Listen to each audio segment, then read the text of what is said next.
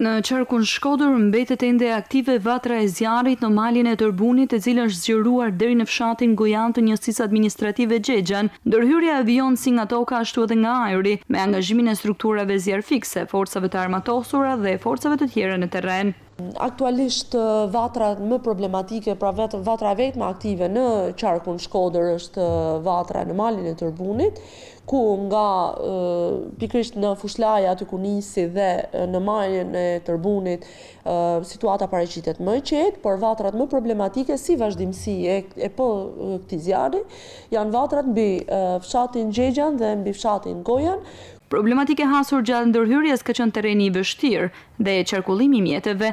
Për këtë arsye, tha prefektja e qarkut Shkodër Holta Duda, po punohet për hapjen e rrugës dhe krijimin e aksesit për mjete zjarfikëse, në mënyrë që ndërhyrja në zonat e prekura të jetë më e shpejtë dhe efektive.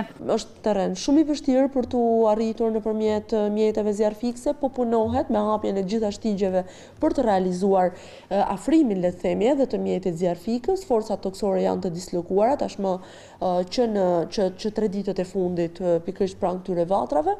Por ndërkohë janë pikërisht mbi këto 2 vatra që po operohet me 2 mjete helikopter nga ajri. Rreth 40 efektiv si dhe 2 helikopter janë prej 3 ditësh në terren në sfidë me flakët e zjarrit. Qëllimi mbetet evitimi i rrezikut për banesat, ndonse dëmi në pyje mbetet i konsiderueshëm.